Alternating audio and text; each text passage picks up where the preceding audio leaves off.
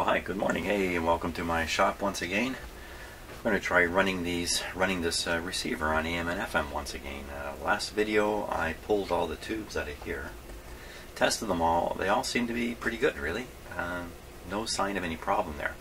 But having pulled all the tubes out and put them back in, I may have fixed something. There may have been a bad contact in one of the tubes.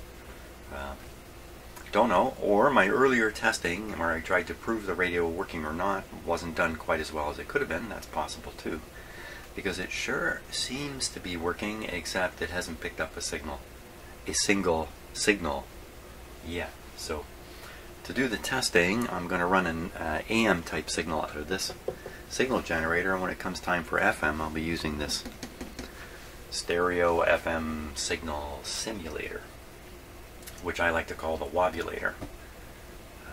So let's start off with the AM side here.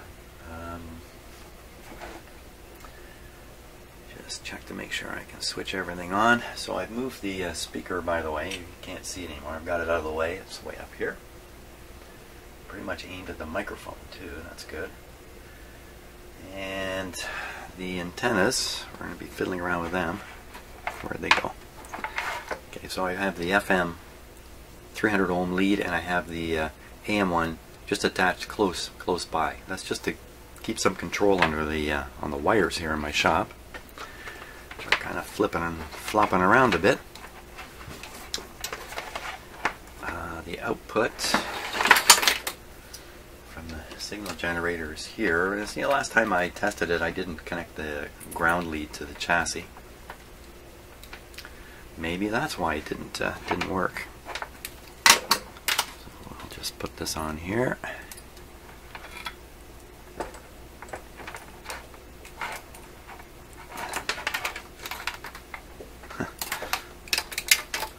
Tangle everything up here.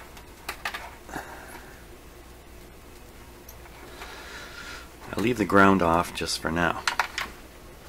Right now the signal generator is running around 1300, which is okay. I should check the output level on it before we go any further.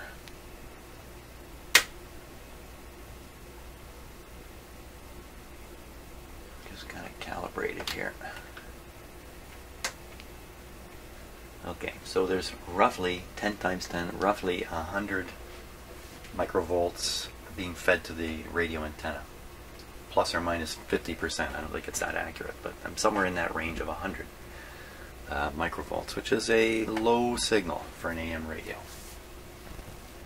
Okay, for most AM radios, that would be a low signal. Okay, everything's good to go.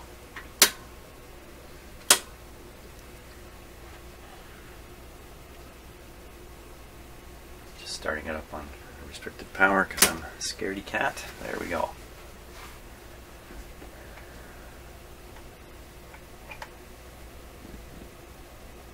Just looking to make sure the tubes are lighting, and they are.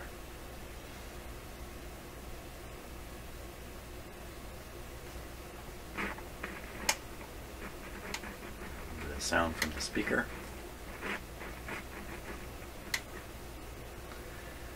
Now this control here, I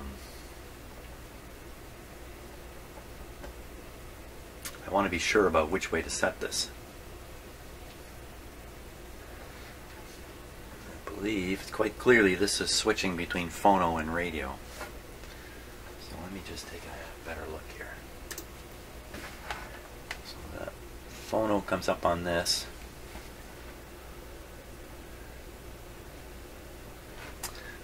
Gosh, this is a 3-pole double throw switch. It's a little complicated on here, doing more than one thing.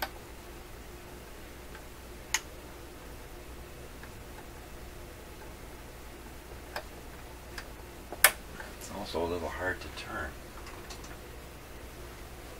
Maybe this is only a 2-position switch. Yeah, it's just 2-position. So it's got to be phono or radio. That's got to be easy to figure out.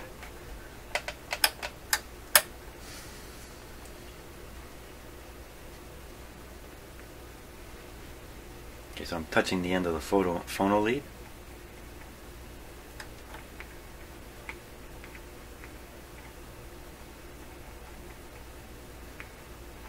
It's like almost nothing coming out of this. You'd think it would scream out a big hum here. And I don't recommend running your finger over stuff like I just did. That was a little dumb what I did up there.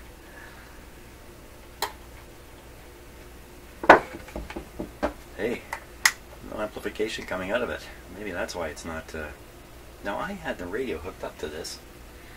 Let's backtrack, because in the same way that having fiddled with the tubes may have brought something into contact, it may have done the exact opposite. It may have introduced a problem here. So let's back up to where we know it was working before here. I'm just going to plug this into my little radio up here. Volume down, just in case. Get this out of the radio.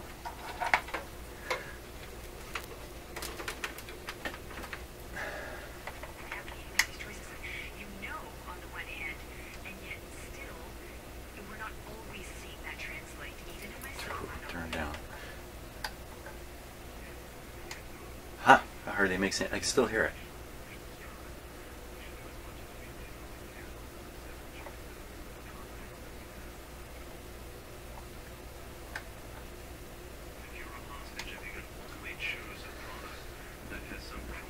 Wow, what's that telling you?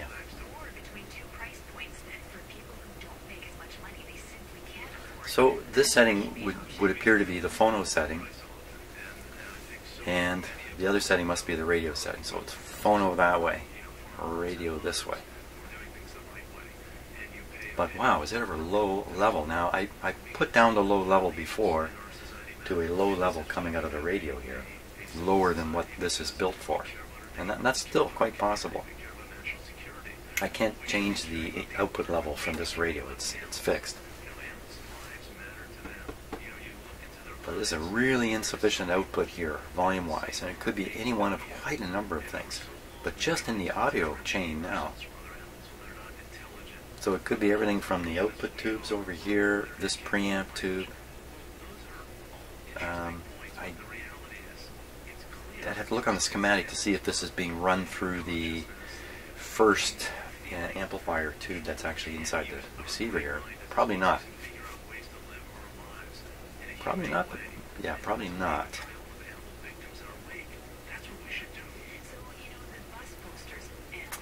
Is there anything else that could be wrong? What about the plug here? Just turn down the volume. If I suddenly have success, it'll get a little too exciting. No, can't imagine that is the problem. What about these tubes? What about this tube? I never loosened or wiggled this tube. Let's do that. Again, it's a total long shot. A total long shot here.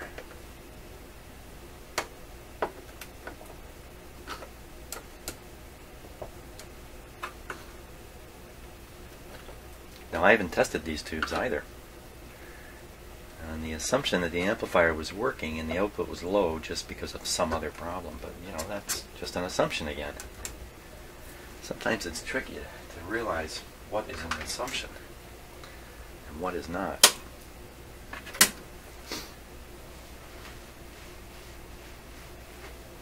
Volume down just in case.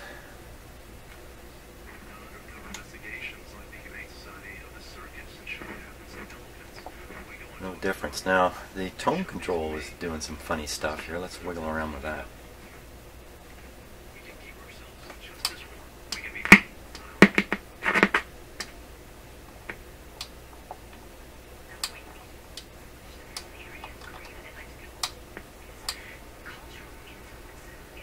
You know, there is an older capacitor sitting around. Older. I guess everything's older. There is a paper capacitor sitting right here connected to this tone control. What if it's leaking something terrible? I don't even know if there's any DC pressure on it. Sounds like it's time to jump over to the schematic here. So let's do that. This might get a little messy here on the video.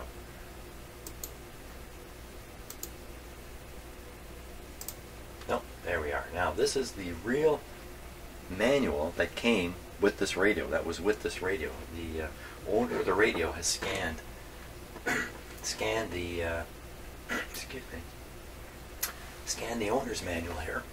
Excuse me. There we are, Kitchener, Ontario. There's the full name of the manufacturer, Dominion Electrohome Industries. What do they make? Radio receivers, air conditioners, fans, built craft, I think that says, or something like that. Fine furniture. Horton Electrohome, never heard of that. Washing machines and ironers. Ironers. Lots of stuff here to read. I've read all this. It's basically instructions to the owner-operator. But look what it does come with. Service information, layout diagram, stringing diagram, schematic of the power supply amplifier, schematic of the radio. How about that? How about we rotate this? Hey, where'd my rotate control go? Huh. Okay, so funny here. Usually I can rotate these things really easily. Where's rotating? Okay, well, we'll just look at it sideways. What am I checking for? I wanted to know. Now I forgot why I'm even looking at this. How do you like that? Mr. Short-Term Memory. So here's the phono jack coming in. There's this scratch filter. I don't know where this is, this scratch filter switch.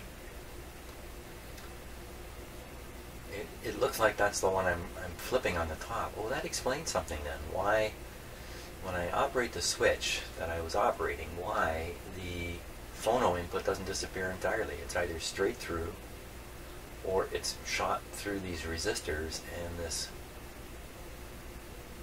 capacitor. Why have I got a insertion? Where's my pointer? I have an insertion eye. Oh well. Makes it a little hard to point. But anyway, that would explain why you can always hear the audio through here. Why, is there another switch somewhere? This is the scratch filter. Is there another switch? That's what could be. It could be I don't have this thing actually switched on phono. It's probably this gained switch here. Oh, that might explain just about everything.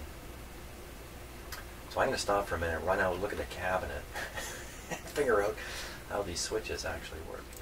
Okay, it's always a good thing to understand what the knobs do on something like this when you're trying to fix it. Boy, was I ever out on what's going on. So it turns out, I don't know how this will come out. There's the cabinet. You can see some of the holes there that the knobs go through. Tuning up here is a selector knob. 3 positions, FM, broadcast, and phono is the last position. Phono would be over this way. This control at the top that I was fiddling with is just a scratch filter on and off. That's all it is. And then over here, volume and tone.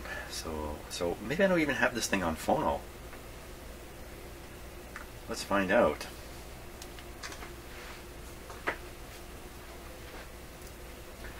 Let's find out right away. So I'll turn this to, well, I can turn it by hand. I'll turn this to the, oh, it's definitely on phono. That is on phono. Scratch filter won't really matter too much which way we have it set. The phono signal should reach it. So there you are. Now, it's quite possible it's low only because the signal I'm feeding it is also a low level signal. The cartridge would produce a much higher voltage. So let's go back to doing the radio now that I think I know more of what I'm doing. So turn this by hand, turn it like this. One setting back.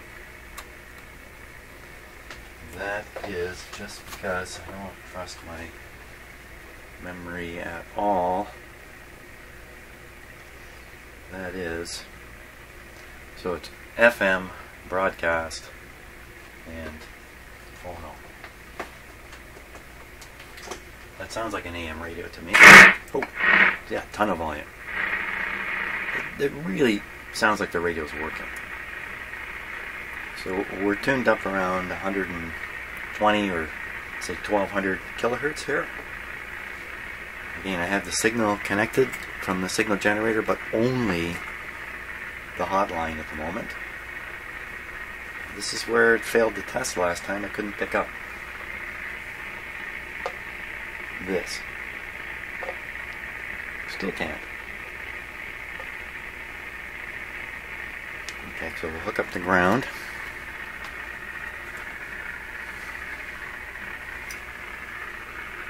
Hook up the ground to some good spot.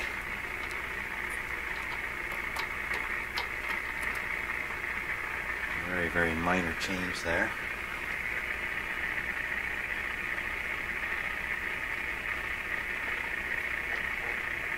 Okay, we'll take the signal up by a factor of 10.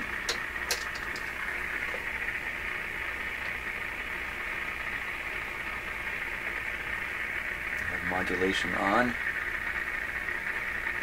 30%. We're up another factor of 10. This is now a very strong signal.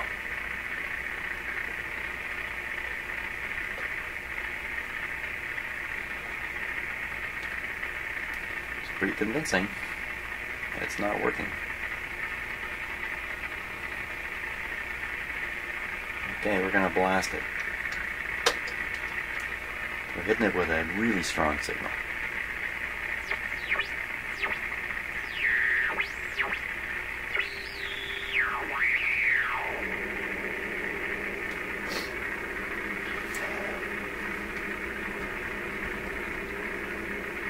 There she be.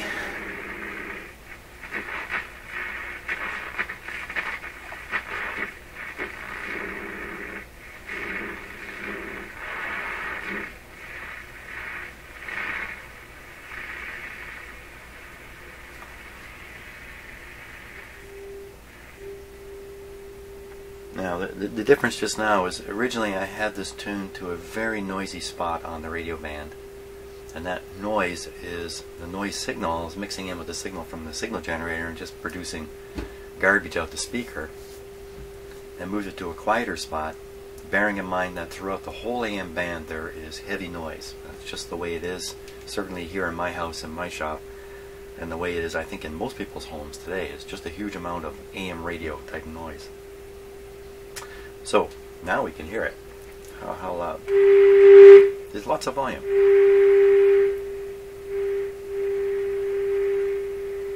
So,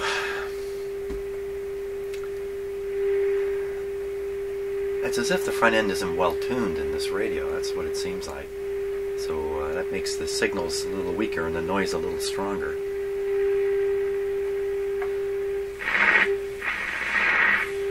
The AVC is working well.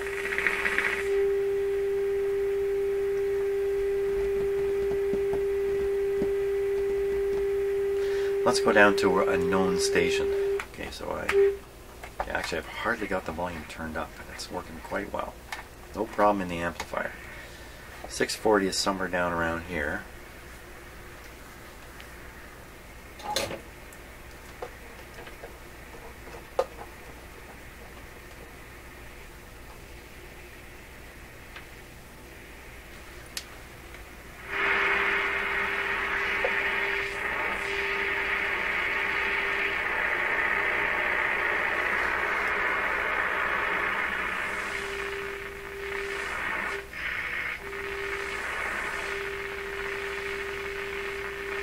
Okay, so that's 640. 640 is a strong AM, well, relatively strong AM station here in this area. So we'll tune this off.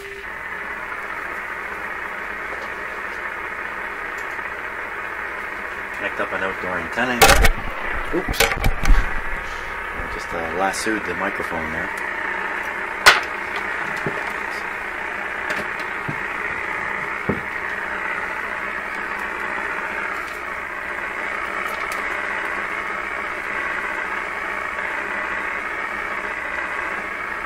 A little mysterious why connecting an antenna doesn't make a big jumping change, but I don't hear anything. It's another sign of a weak front end. It seems to make no difference what I do with the antenna here.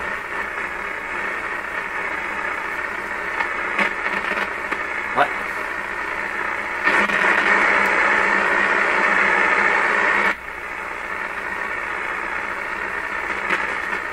hang on a second now. Is this really the AM antenna?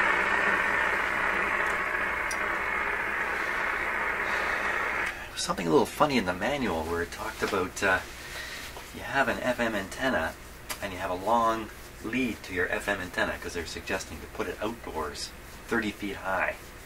So you put a little dipole or a folded dipole 30 feet in the air, you run back this flat type wire. It said if your flat lead is long enough, it will serve as the AM antenna too. That seemed a little odd to me because usually you're switching antennas. Let's take a look at the schematic here. See if we can sort out what's going on. What's going on? Once again, sideways.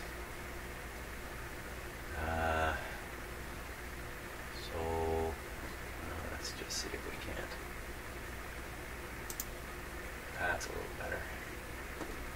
Okay, so right in here we see the dipole connections here, and this looks like AM antenna and ground. You see, I think this black wire is actually a ground wire I've been hooking up to.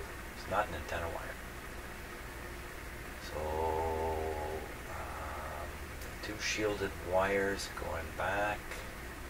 See, the AM antenna is really just connected there. I wonder how they actually do this in the radio. Maybe it's done on the cabinet. Maybe they bring this flat wire, the flat wire out to a point on the cabinet, and then from there you find a screw to stick your AM wire under. That must be the case. So I've been hooking up to the ground wire, which would explain why it's not working so well. Yeah, that would explain it. Okay, that's enough of an explanation for me. Okay, let's try that. So we'll go back to using the signal generator, only we'll stick it on the FM antenna, as weird as that kind of seems. It was one leg of the FM antenna. One leg. Okay. Let's knock down the output here. We're still at 640. We're off here. Stick it back around 640. Okay, and we'll start again with no ground. And what's the technical reason for not doing a ground connection? There is no technical reason. I just like to do things one step at a time here. Okay. That's clearly louder. So, wow, the volume is at absolute minimum here. We can't turn it any quieter.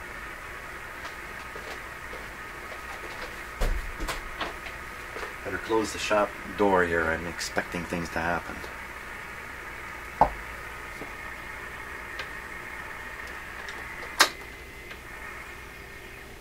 Well, that's a little better.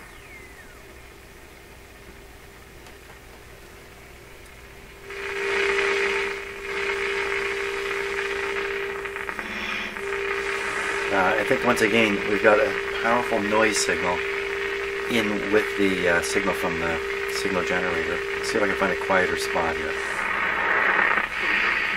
Oh! Ah!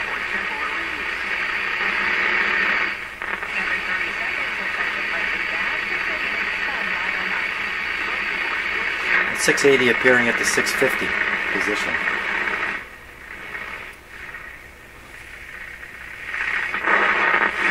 Now, trying to find a quiet spot just about impossible.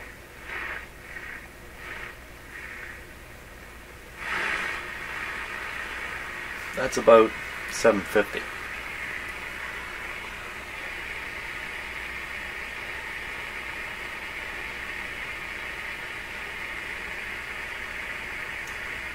Where'd it go?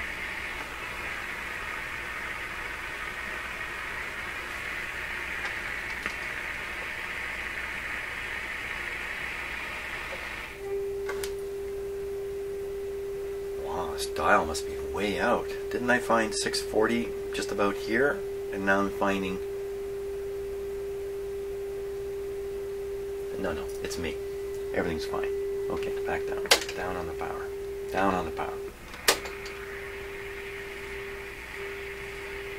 Okay, so now we're doing about 1,000 microvolts, which is a moderately strong signal coming in.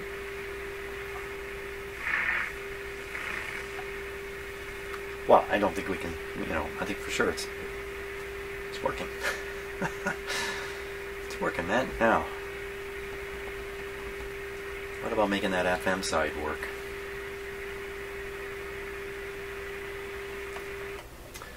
Okay, FM. We're going to switch to a different signal generator. I'll leave my AM one going here.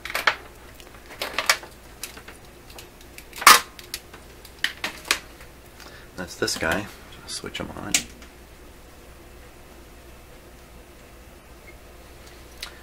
I've got two output wires here. One of them carries the radio signal. The other one carries the audio signal. So this is the radio signal output, which we want to connect to that. It has some kind of little resistor network here, which I don't know why. I'm not going to worry about it. I'm not doing anything precise at the moment. So we're just going to kind of hook them up here.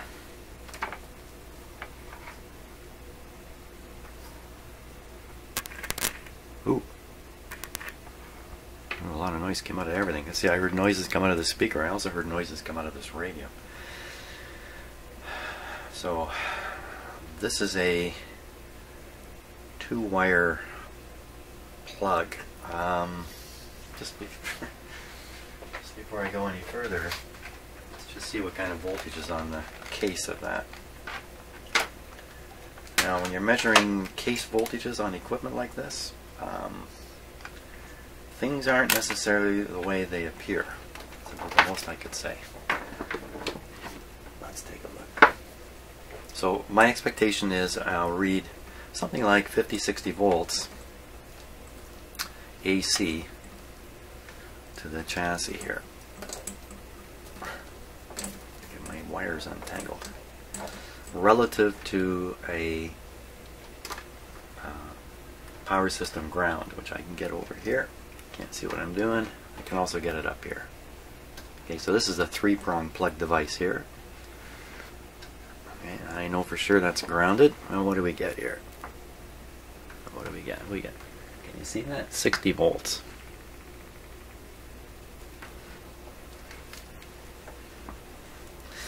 Now I'm able to read 60 volts because this is a very, very sensitive meter. If I took a much less sensitive, say an old antique indicating meter, not something like this, not a vacuum tube voltmeter, but a low impedance meter, which would have been so common back in the day, and I took this reading, I'd probably see 0 with it. So all that noise is unimportant as I make these connections. It's just a little disturbing, that's all. To me anyway. You gotta be very hawkish when you're doing this kind of stuff. Every little sound may be telling you something.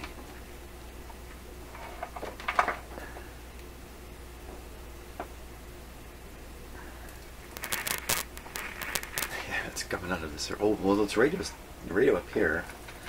It's tuned to FM, and this thing normally broadcasts around 100, so it's probably literally I don't know. That's what's literally true. This is going to break right off while I'm doing this.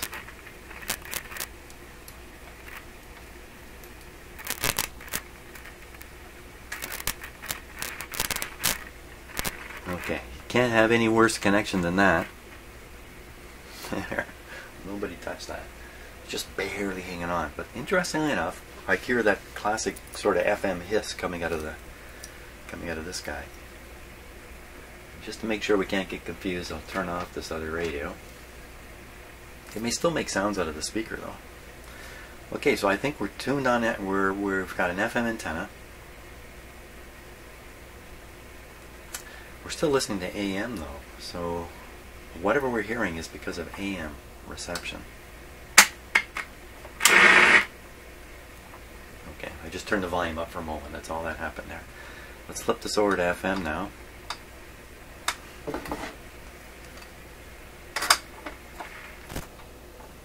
Oh, I could have used the lever down there. I keep forgetting. So we're on FM now. Turn it up. Doesn't sound great. We're around 95 on the dial, 96. I want to be up around 100, up around here. This signal generator, I cannot cannot move its frequency very much at all. So let's go hunting for it. Volume is up.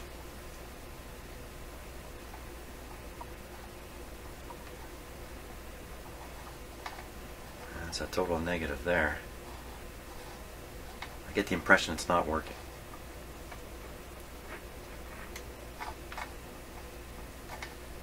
But you know what I should do? I should just try a regular antenna on there before I go any further. There's an awful lot of things about this device. I've only used this once or twice before. It's been almost a year since I've operated this, so I could easily be forgetting stuff. I'm not even thinking hard about it. Let's disconnect. We'll just put on a outdoor antenna here.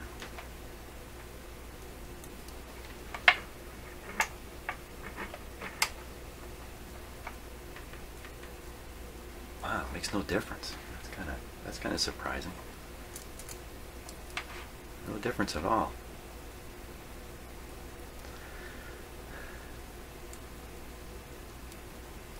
Nothing. You expect something to happen when you hook up an antenna.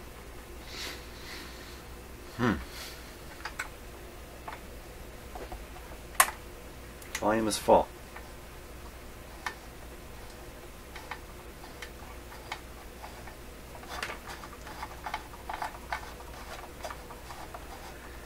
Not a thing. Okay, so here's what's going through my head. Fixing AM radios, that's pretty easy. I've done it hundreds of times. FM radios, a lot more difficult for me because of lack of experience. There's absolutely nothing coming through here.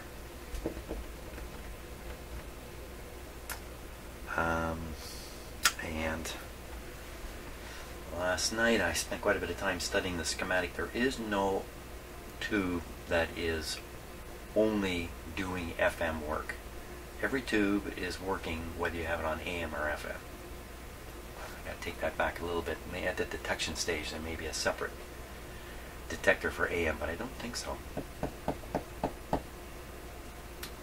So why is it would work on AM but not at all on FM? Let's take a look at the schematic again. Back to the schematic. Now, is that right? Here again, sideways. Sorry about that. The heady line denotes where the signal's flowing. It's going up through here into there. Very hard to read these diagrams.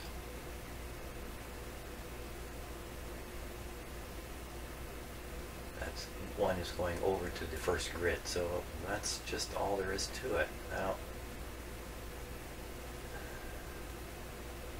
so the dipole working back and forth between here. Looks like I can't sort these things out easily, but these switches in here, they just, you know, wow, the time it takes to figure these out. I'm too impatient when it comes to that. So if we look at the detectors, let's see, way down here, way back here. So here's one of them, the 6AL5 detector. And a 6AV. Notice on this schematic I'm looking at now, it's 6AV. 6. The other schematic I have wasn't quite right. It showed a 6AT here. It's actually a 6AV. So the right tube is in there. Kind of wondered about that. This is for sure the AM detector. Here's the volume control, so you can bet the audio from AM and FM passes through this control.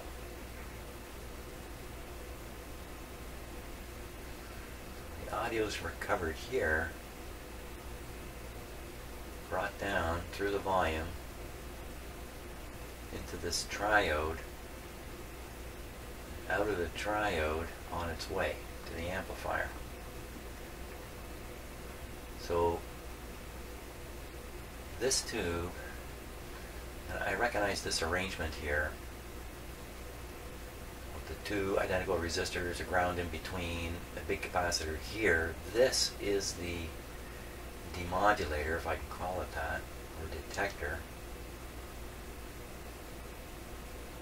for FM. Now that's a 6AL5, it's all by itself. So how the audio is picked out of here. Oh my gosh, I don't know. I don't know offhand. But I think it's coming out on this line here. I'm not sure. But this is a separate FM circuit. If the FM's not working and the AM is, then you'd be suspicious that this is the cause of the problem here. Because everything else must be working for AM to work. So tube wiggling is a good start, but pretty hopeless. This capacitor is also a suspicion. E5, E5, E5 is our parts list. Do we have a parts list?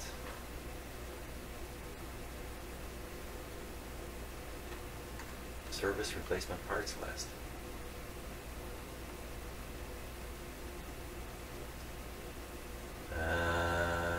Not really. These are all like specialized parts, I think.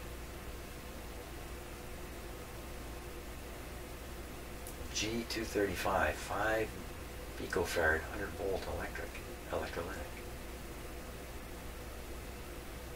That's interesting. G235, but that's nothing to do with the one we're looking for. E5.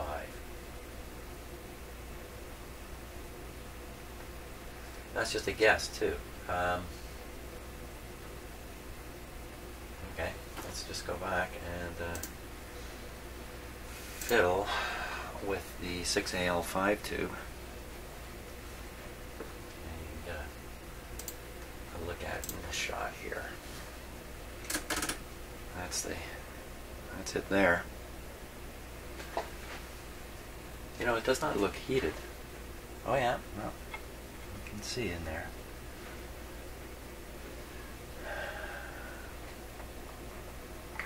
Okay, so this is on FM, volume up full.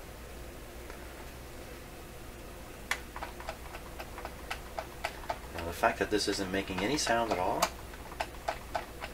pretty suspicious that there's nothing getting there. Yeah, that's makes me think there's nothing reaching that guy. Could be problems in the circuitry. Could be. Let's see. So AM audio signal is taken out here. I think second AM IF transformer down through the volume control. So it looks like the AM signal's pulled out at this point. That's probably what the switch is doing. It's selecting for the AM audio. And then on we go. They don't draw any of these lines heavy anymore. It doesn't really prove anything. Look at a 6AU6 in here. That appears to be only dealing with FM also. See, yeah, discriminator transformer. This is all FM. So the 6AU6 tube could be, I tested this. Didn't I test it? I'm sure I tested it, but time for a wiggle, I would say. 6AU6, where is that? Where is that tube? I gotta go back. Go back and take a look. Nope. Not that way, this way.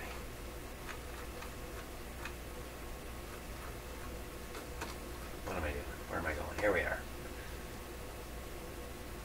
6AU6 is right there. Of course, right next to this discriminator coil.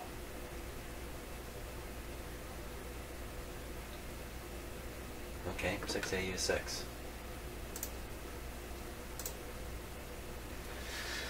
Okay, hand on the volume. Volume about halfway. Silence.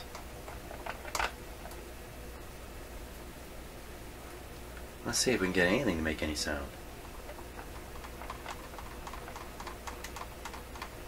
This is the tube that produces the audio that is fired out to the amplifier, to the other chassis. So this is the last guy. Look, nothing. Really? no sound at all. Let's flip over to AM here. Okay, we're on AM.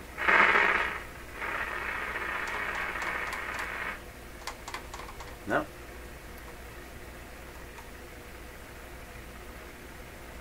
Wow. Okay, every tube is silent. That's surprising.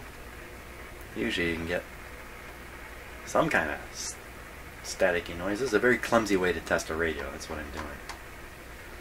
Okay, none of them make any noise. So, could be wiggling these tubes is just doing nothing helpful. It would appear that we're in a bit of trouble here with the FM. Again, it could be lots of different things. Could be lack of the 10.7 IF. There's an oscillator in here, local oscillator. When on AM, it oscillates at about 500,000 cycles per second. But in FM, it's got to oscillate at 10 million cycles per second. That's 20 times as fast. Sometimes the circuitry in the tube can handle the lower IF, but it can't handle the higher one. It just can't generate the oscillations. And that can be because of the tube, could be because of components being weak. It's a lot harder to generate 10 megacycles than 500 kilocycles. Could be anything. Could be an open coil in one of these. Could be anything. So I think our next step would be to feed in a 10.7 megahertz signal and see if we can produce an output. So I'd feed it into the IF in the right spot and see if we can get any kind of output to come out of it on FM. Now, where would we stuff a signal in? There might even be some hints in here. Let's see.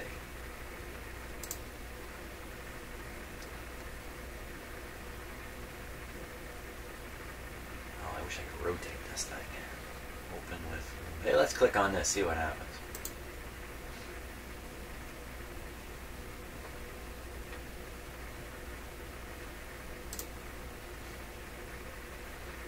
Oh my gosh. What? Huh? No. Deny. Deny. Oh, now it's a mess. That's a mess. Here we are, back to this. Okay, for now we gotta put up with it being sideways, because I don't know what I'm doing on my computer here. So if we want to stick in a signal and we want to do it towards the end of the radio, we could shove it in here, second IF, we could shove it in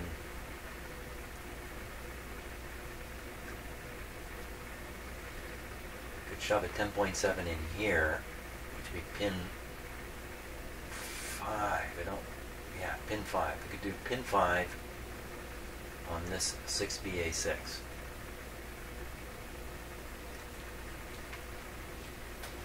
Pin 5 on the 6BA6. Of course, there's 3 of them in this radio, so I stand a really good chance of messing up here. I'm going to do that.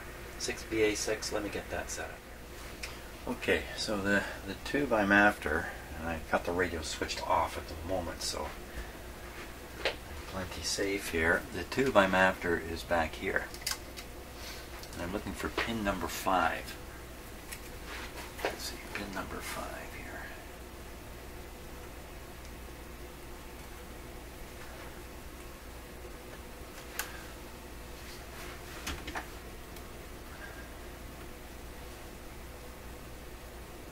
First I'm trying to spot the gap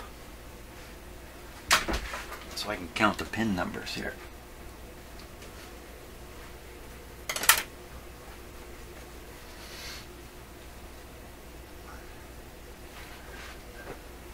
It's kind of buried behind all those parts. Okay, let me try with the camera itself.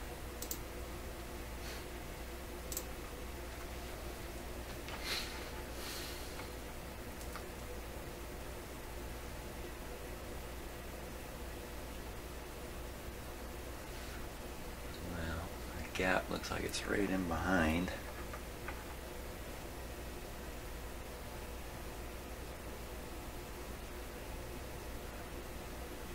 Maybe it's where that big terminal is sitting there with a black wire going to it. need to be a little more positive about this. There it is. Okay, so you can kind of see a strap, if you like, going to the center terminal. And if you look on that yellow capacitor, you see 0.05, just kind of under the 5. In the background there is a terminal. That's the gap. So if we're counting, then that first big pin would be 1,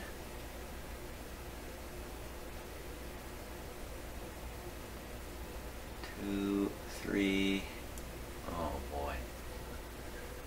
I can do it from here actually, because here I can actually see the, now that I know what I'm looking for. Right up in here.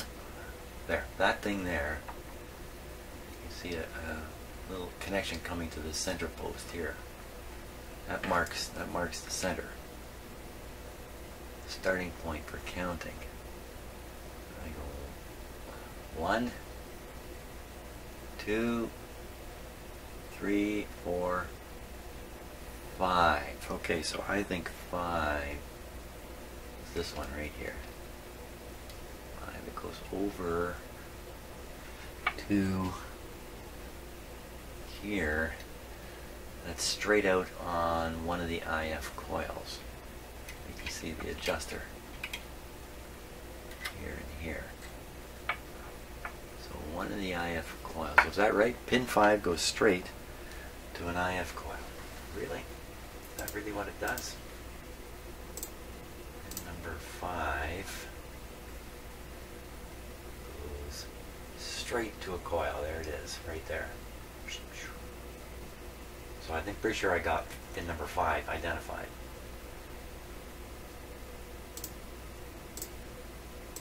Okay, now what we want to do, it's kind of out in the open there. It's a good thing. We want to feed into there a 10.7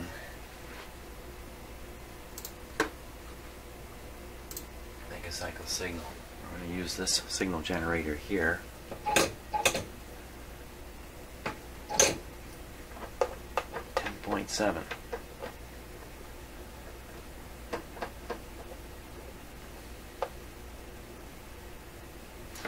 10.7. Now we want to do this with a capacitor for sure. So I'll clip this in. The radio's still off.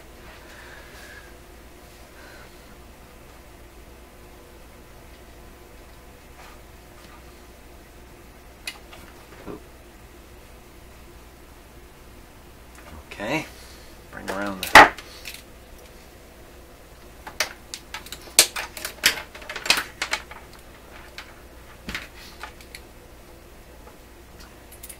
good show. Good ground spot handy. Okay, 10.7. Now the output signal strength here is I don't know, moderately high, I guess you would say, and we probably shouldn't have any modulation on it at this point. I'm not sure of that, but I won't worry about it. So, okay, flip on the radio. It looks good. Good.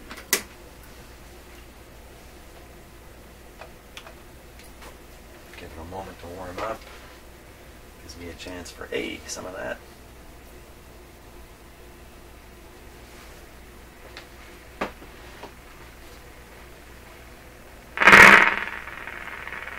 We're on AM. That's not going to help. Flip it over to FM.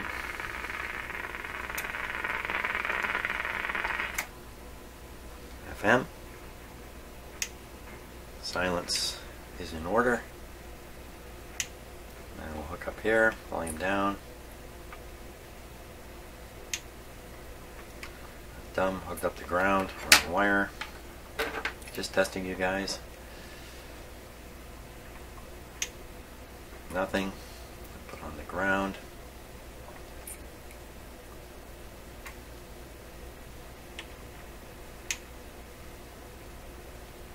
Nothing.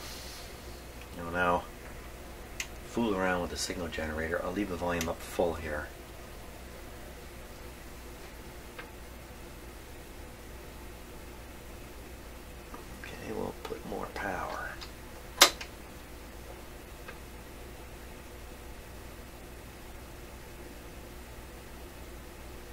more power.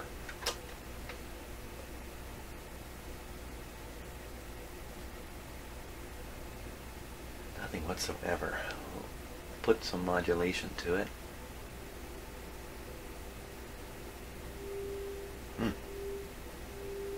Now we hear it.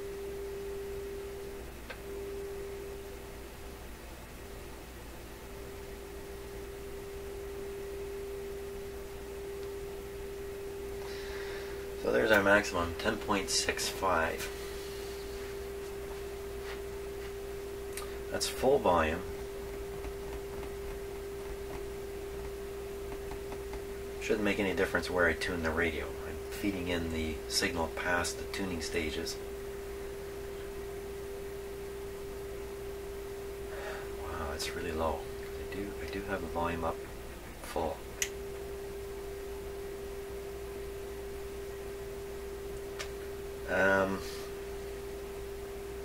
Well, it shows that if you put a strong enough signal, if you have a strong enough signal, at this point, you can get something out of the speakers.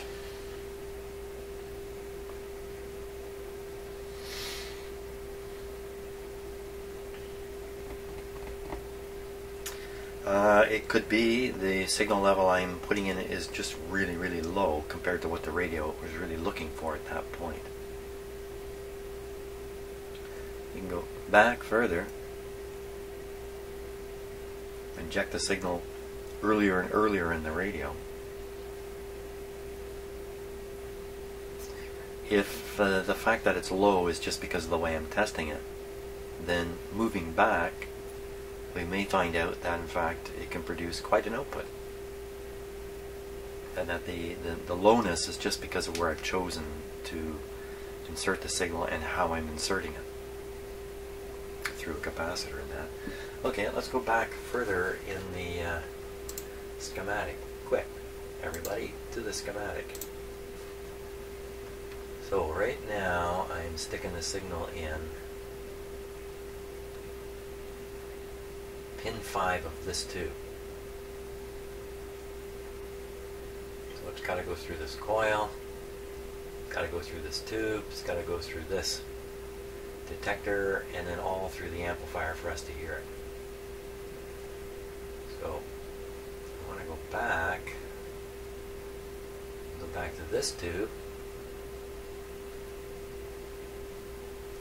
The 10.7 is generated in the rate, its own 10.7 is generated right here and fed sort of, how can I put it, this resonant circuit is in the cathode circuit of the one side of this tube, and some of its output is fed back to the grid of the tube, and that's what makes it oscillate. This controls the frequency here. The 10.7 deal is what all this is tuned to up here in the radio. Which is why if you feed it 10.7, it'll go through the radio. This doesn't generate 10.7. This generates a frequency close to the frequency of the radio station you're listening to. So this guy's not oscillating at 10.7, it's oscillating right up there at 100 megahertz in that area. So I think I may have misspoken earlier when I mentioned it may be hard for the oscillator to generate the 10.7. It doesn't, it generates 100.7, 100.0, a varying signal, a varying frequency here.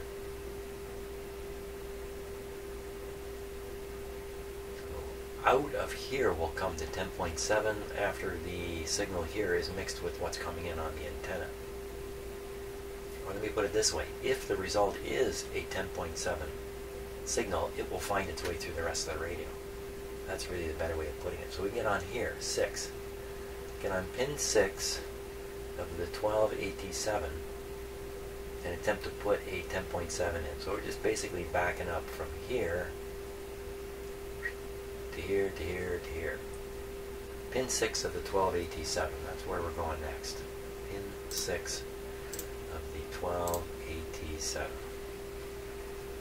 I think I'll turn the radio off while I'm doing this. Pin 6. Now, where's the 12AT7? It's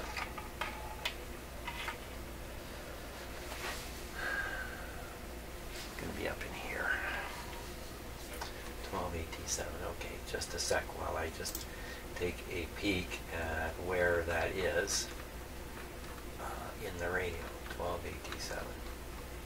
Come on, 12AT7. Second tube in. Excuse me. Second tube in. It's right here. That's that guy there.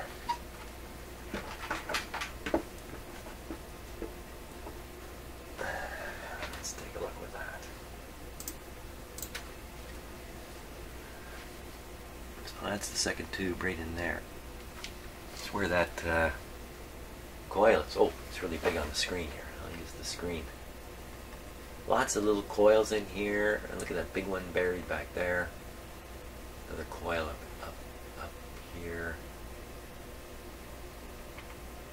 Lots and lots of coils here. Somewhere in there is pin number 6.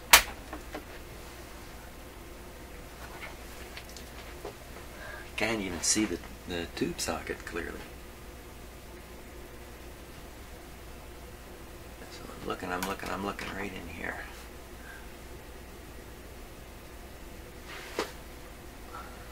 Okay, I think I see it. So that's the gap. This will be pin number, this is a 9-pin tube. 9, 8, 7. That would make this one 6 right here.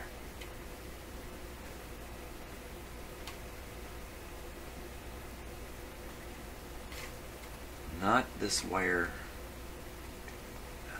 or coil around whatever it is. It's maybe a resistor in here, it may not be, I don't know. This is pin 6. It's hooked up to a, oh, what the heck is that? Let me change the focus here a little bit. Focus on the camera, that is. I'll go in for a little closer look here at this thing.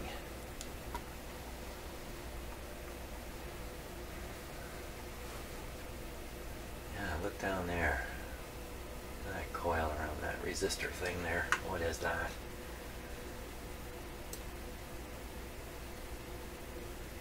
Yikes. The thing is, you move any of these parts anywhere and there's a chance you're having a tuning effect of some sort on the radio.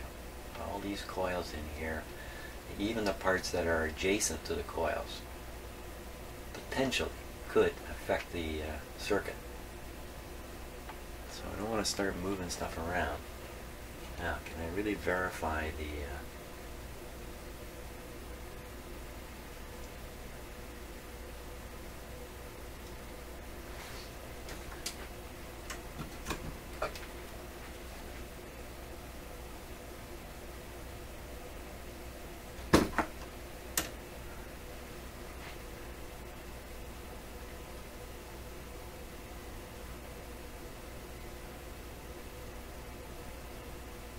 a rough looking coil.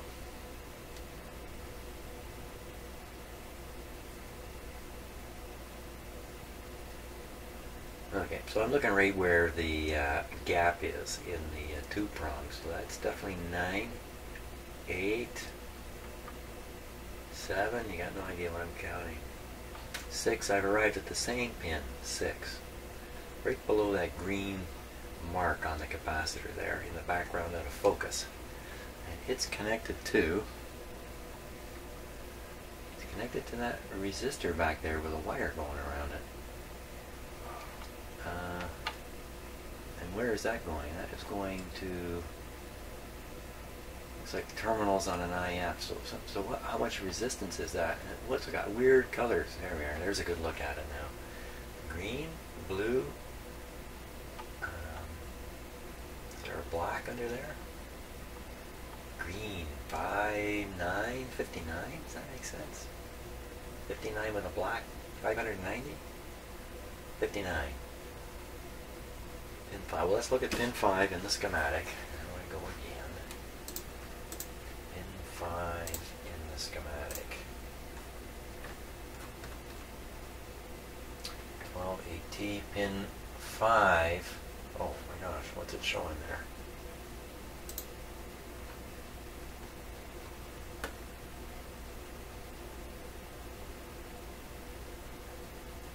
Pin 5 appears to be connected to the center point of the heaters. What the heck? How have they got this drawn here? No. 9 is the center point. It's grounded. 4 is one heater supply lead. 5 is the other. Look how they've drawn it. The line comes right down through the center of the tube and then over to the one side of the heater. So 5 is a heater line. As you show, 5 and 4 connected together, both feeding through heaters into the ground. That's how you get a 12-volt tube to run with 6 volts. That's clearly what 5 is. So, so this is what we're seeing. This coil we're seeing is this one here, probably coming off pin 4. It's probably that. So it's kind of like it's a red herring. Back to 6. Oh, I don't know. I got it all turned around here. 9 should be grounded and 1 is not. We should be able to verify that. Let's look at that. Make sure I'm not all turned around. I get turned around doing these things.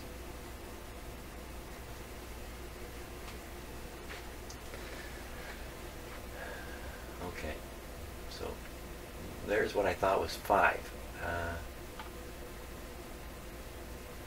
On one side of it is a terminal connected to a green wire.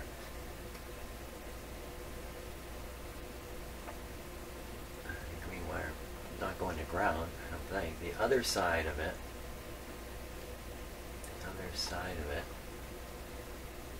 ooh, goes to this coil. Man, I'm not getting this sorted out at all. Simplest stuff. Look back at the schematic again here.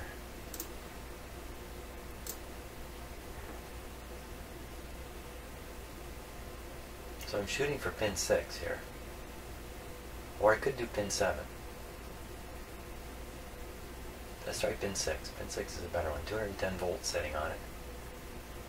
Pin 6 goes through a coil.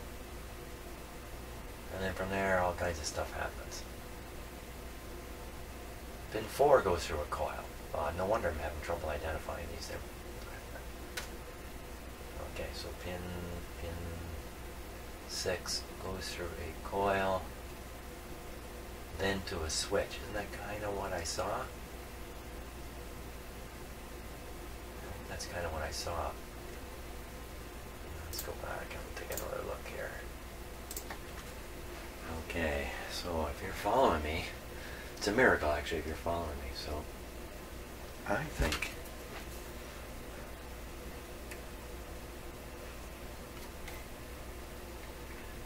I'm thinking this has to be 5 right here. This one right here.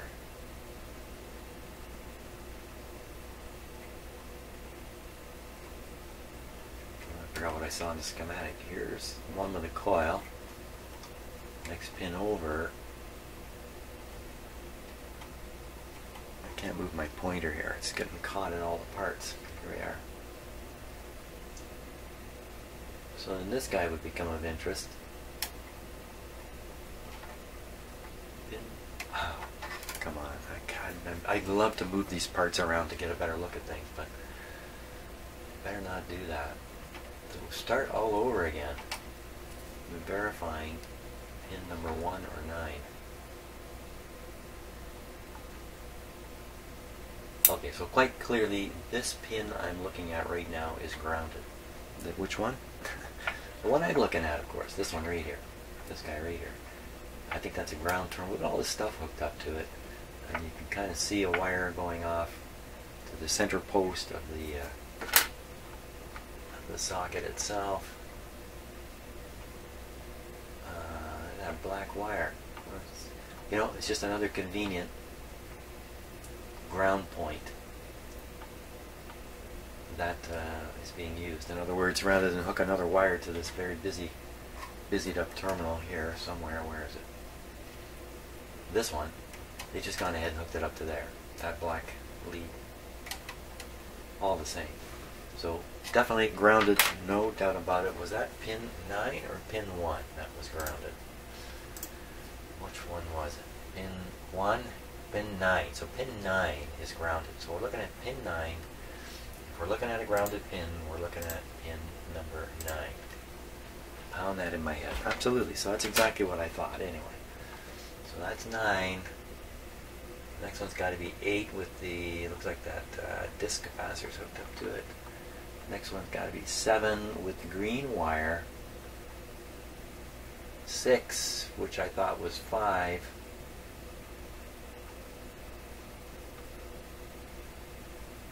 5, which is connected to this thing here, which I've been kind of spying over and over in this radio. So that would be pin 5. Pin 5 goes to a resistor, or a coil rather, and then that's connected to, I can't really see what's going on over here. What's going on with this?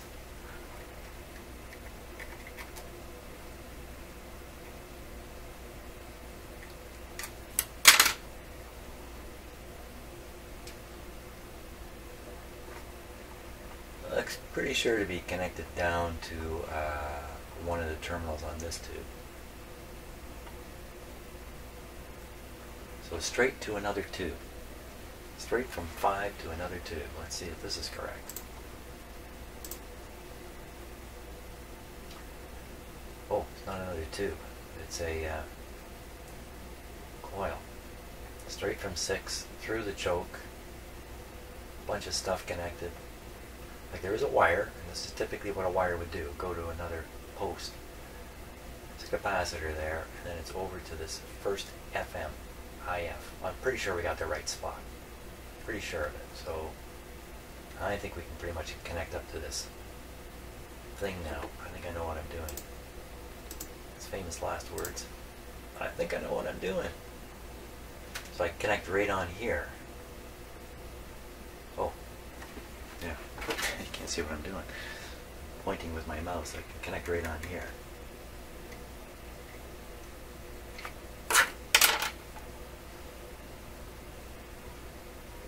Should do it.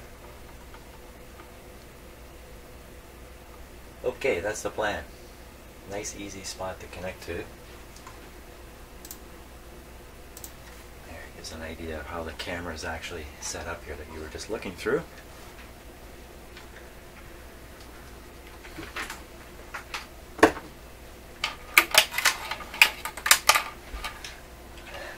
Really sticking out nicely. Well, that's a lot of work just to be sure of what I'm doing. So all we're really going to do now is inject the 10.7 earlier in the radio. Just ignore these numbers, don't worry about them.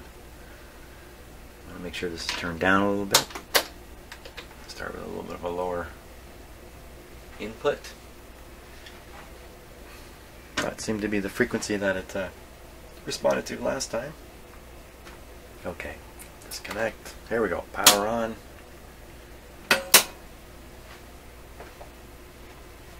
Chance for more coffee.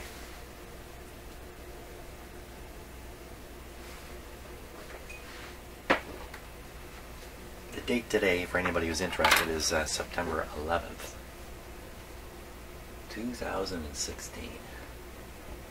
Okay, we should be warmed up.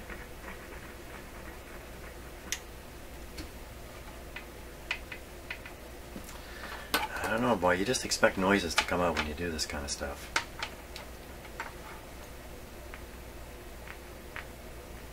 A little bit. Connect the ground here.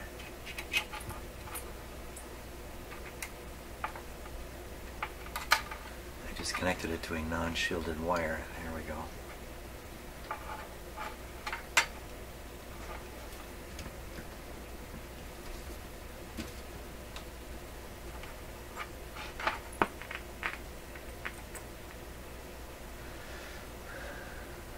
We should be hearing it now, I think. unless the last time I had it connected, I was disturbing the circuit enough that the tuning is different now. But I think we should be hearing it. Am I hearing it? Am I hearing something very faintly? Okay, let's give it a little more juice here. There it is.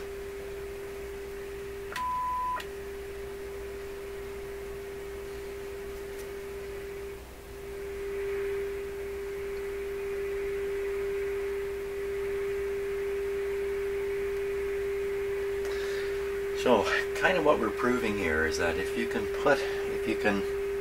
feed a 10.7 megahertz signal, let me put it the other way around, forget the if. You can feed a 10.7 megahertz signal through the IF strip in the radio and it will produce an output. Again, maybe my levels are all off. This is a, I don't know what this is. Let's turn this down. Turn this up. Well, now it's really pumping it out. So you see, I mean, you can make it sound like it's working great, but maybe that signal is an overwhelmingly strong signal now. Overwhelmingly strong signal still getting through a very weak circuit. I don't think so. I think where we're at here is we're finding out the IF strip is actually working. And the problem seems to be even earlier in the radio. The only signal generator I've got, oh, I'll take that back. I actually have two FM transmitting devices here. One is this one, and this one's another one. But when I had this connected, I got nowhere. Maybe I didn't have this switched on properly. Maybe I had something like that. So we'll reconnect this back to the antenna. I'll fiddle with this instrument. See if I can't overcome my my probable mistake there. So remove this IF signal. And we don't want that in there. Volume was quite low while we were listening to that. I'll reconnect the FM signal generator output here.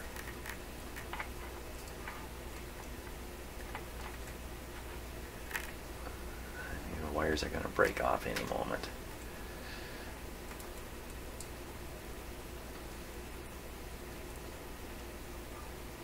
Just get on there somehow. Okay, I managed to.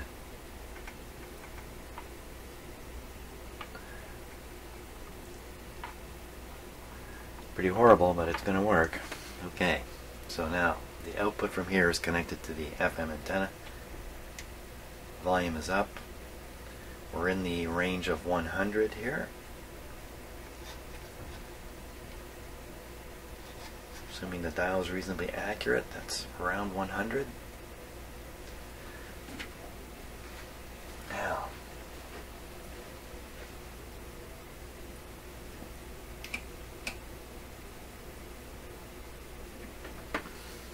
set that to RF sweep.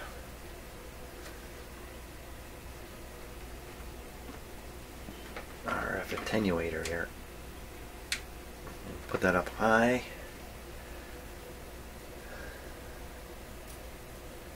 So I think this guy is now putting, we should hear a 400 hertz tone come out of the speaker if we can tune this in. And we'll try this.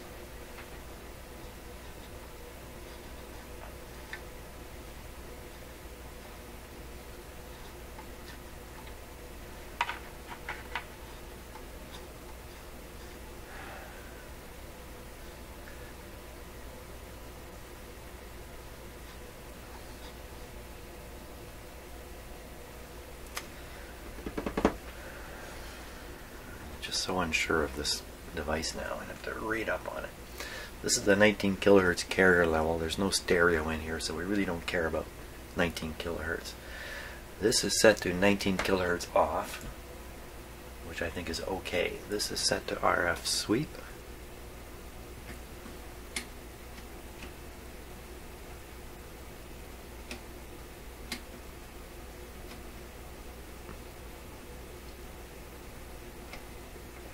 Let's just try that. I'm not sure what I'm doing here. That's never stopped me before, though. It's good to start things not knowing what you're doing and just, you know, counting on figuring them out as you go. I think a lot of stuff is done that way. I can't boost the level up any higher. This tunes the output a little bit on and off the 100 megacycles, just moves it a little left and right. I think now we should be putting out just a left channel sound, but this is not stereo. So I'm pretty sure that's how it should be set.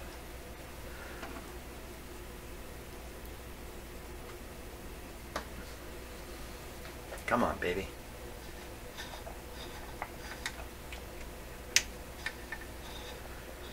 Fairly convincing that the front end of this radio is not working for FM. Pretty convincing, not completely convincing though, because I'm just a little unsure of all this test equipment and the like. And we haven't picked up anything off the antenna, we haven't picked up anything off the signal generator yet. We can pick up the IF frequency at 10.7 if it's, or 10.4 actually, the way it's tuned. If we run that through the IF strip. Don't know for sure that there's even a local oscillator frequency developed in the radio. That could be the source of the problem right there. It's not producing the local oscillator in FM, the 100 megahertz. I think I can see that on my scope if it's there. I think that's the next objective here. I think I'll stop at this point with the conclusion that there's something wrong in the front end of the FM part of the radio. And what I'll do is I'll poke around in the front end and try to use the oscilloscope to look at the signal and see what I can figure out from there.